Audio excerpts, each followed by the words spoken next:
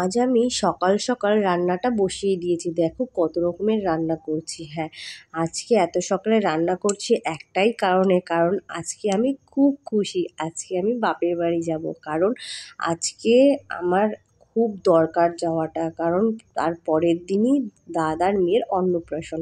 তো সবাই মিলে যাব। আর এখানে দেখো মা ফল টল কিনে নিয়েছে, যে মা একটু শিবরাত্রিও করবে আর আমার জন্য কিছু ফল রেখেছে, কারণ এখনো পোকোলোকো তো ব্রেস্ট ফিডিং করে, তার জন্য অনেক ফল খাওয়ার দরকার। তাই মা আলাদা করে এই দেখো পুজোর জন্য ফল রেখে দিয়েছে।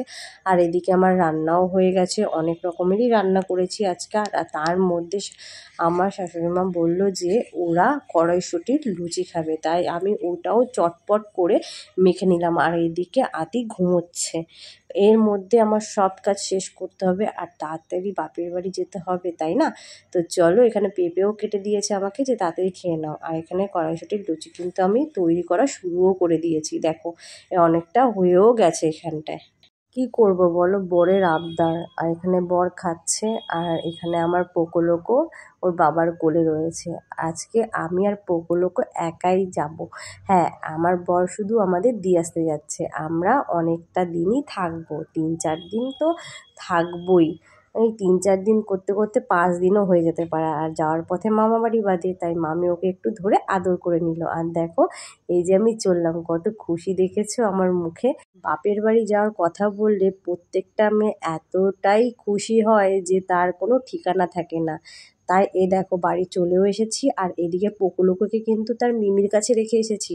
আর আমাদের বাড়ির সামনে দেখো এই ফার্মটা খুব সুন্দর, বলো তাই না? একটা গ্রাম্য ভাব আছে। আর এখানটায় না আমাদের মানে কালীমার মন্দির আছে, যেটাকে বলে শ্মশান কালীমা। আর এদিকে মা দেখো দাঁড়িয়ে দেখছিল। আর আমি এখানে কেন এসেছি জানো? আমাদের বাড়ির একদম সামনে এই ফার্মটা। এখানটা আমি দুটো নাইটি নিতে এসেছি, কারণ আমার নাইটি একদম খারাপ হয়ে গেছে। আর নাইটিও খুব বেশি আমার প্রয়োজন হয়। পোকোলোকো একদম আমার হয়তো নাইটির উপর বমি করে দেয় বা টয়লেট করে দেয়। আর এইদিকে দেখো মাঠে চলেও এসেছি আমরা পোকোলোকোকে নিয়ে। আজকে পোকোলোকোকে কেমন যেন লাগছে, তাই না? আমি একটু ট্রাই করেছিলাম কাজল পরানোর, কিন্তু ওকে একদমই ভালো লাগছিল না, বিচ্ছিরি লাগছিল। আর দেখো মা এখানে খুব খুশি। পুরো টানা 9 দিন পোকোলোকোকে মা দেখেনি, তাহলে এতদিন নাতিকে পেয়ে কেন খুশি হবে না তোমরা বলতে পারো? আর দেখো এখানে খুব ধুলো উঠছিল, তাই মা বলছিল একটু চলো ওইদিকে। আর এইদিকে দেখো অন্নপ্রাশন হচ্ছে, এই যে সোনামা ও বসে এখানে খাচ্ছিল আর আমার পাপার সাথেও গল্প করছিল। দুই ভাই বোন মিলে কত গল্প, দেখো একসাথে বসে পোকোলোকোকে তো ওকে দেখছে, আর সোনামা ওর ভাইকে ধরবে। দেখো পোকোলোকো ওর কত শান্ত হয়ে বসে আছে, আর সোনামা দেখো পোকোলোকোকে ধরতে চাইছে আর একদম ধরতে পারছে না। আজকেই বাড়ির সব কাজ শুরু হয়ে গেছে। কালকে যেহেতু অন্নপ্রাশন, দেখেছো প্যান্ডেলটাও সব রেডি করছে। এখানে ঝাড় দিচ্ছিল দিদিরা, মাসিরা সবাই মিলে গোছাচ্ছিল। আশেপাশের লোকজনও একটু হেল্প করেছে। আর প্যান্ডেলটা কিন্তু অনেকটাই বড় হবে, আর স্টলটাও অনেক বড় হবে। তারপর আর কি, মাকে বললাম জলদি বাড়ি চলো, সন্ধে হওয়ার আগে পোকোলোকে নিয়ে যেতে হবে, কারণ সন্ধ্যের সময় বাচ্চাদের বাইরে নেওয়া একদমই উচিত নয়। তারপরে কি মাকে বললাম ওকে একটু সামলাও, আমি একটু ফেসিয়াল করতে যাব। আর ফেসিয়াল করতে কি শান্তি আছে বলো? ওকে তো নিয়েই আসতে হবে, ওর খিদে পায় যদি বা কিছু হয়। তাই আমি আর সেরকম কিছু ভাবলাম না, ভাবলাম ওকে নিয়েই যাই দিদি বাড়ি, তো ওর খিদে পেলে একটু খাইয়েও দেবো। আর এদিকে রূপচর্চাটাও হয়ে যাবে, কালকে অন্নপ্রাশন বলে কথা।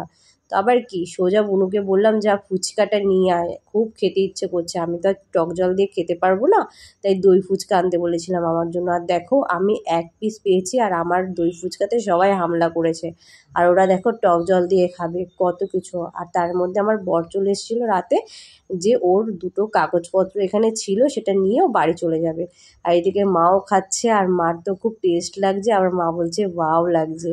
দেখো অন্নপ্রাশনের জন্য কিন্তু আদির মামা আদিকে অলরেডি পাঞ্জাবি, শেরওয়ানি সব কিছু কিন্তু সেট ধরে ওকে দিয়েছে। চলো আজকের ব্লগটা এখানে শেষ করছি, টাটা।